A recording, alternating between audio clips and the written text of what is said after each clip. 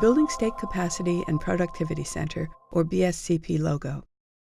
The BSCP Center presents Meeting the ESSA Financial Transparency Reporting Requirement, per Pupil Expenditure Data and Advocacy Groups, a presentation recorded on February 9, 2017, in Washington, D.C. Image of speaker Sharon Navas. Sharon Navas of the Equity and Education Coalition in Washington State explains why per-pupil expenditure data will be an important tool for the advocacy community.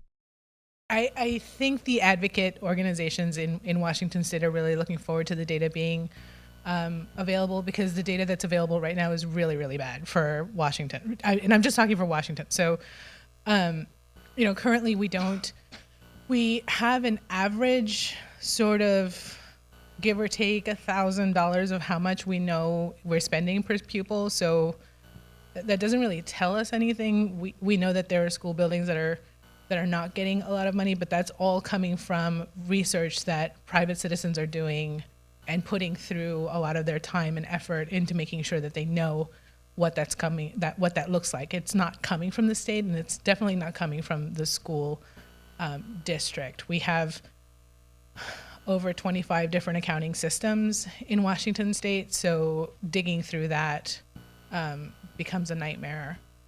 I know that the advocates that I work with and I'm closely collaborating with were really excited about ESSA coming out and the financial transparency that is mandated through the law, simply because it has become the one place in which we can have the equity conversation in which people don't immediately shut down and think that we're calling each individual person in the room a racist. So for us, it was easier to have a conversation about prioritizing monies going to school buildings, as opposed to having a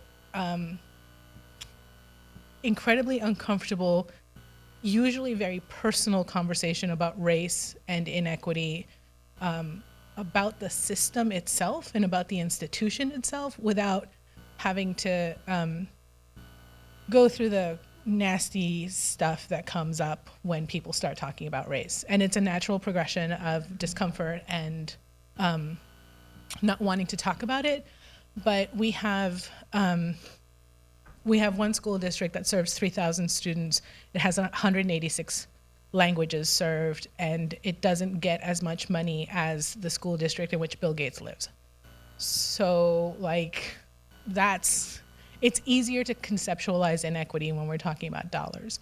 So for us, it was really, really exciting to know that this was coming. I know that we've all been talking about how do we get together and ensure that we're having the same conversations. And I know that now that we have a new superintendent of public instruction, he's much more excited than I think the legislature is to really dig deep into what the inequity looks like on a dollar per dollar basis. This podcast is in the public domain. While permission to reprint is not necessary, links to the podcast should be cited as BSCP Center Producer, 2017, February 9, Meeting the ESSA Financial Transparency Reporting Requirement, Per Pupil Expenditure Data and Advocacy Groups, podcast, retrieved from http://bscpcenter.org. This podcast can be viewed on www.bscpcenter.org. The podcast is prepared by the BSCP Center under Award Number S283B120042 for the Office of Elementary and Secondary Education of the U.S. Department of Education, and is administered by Advance Research Incorporated.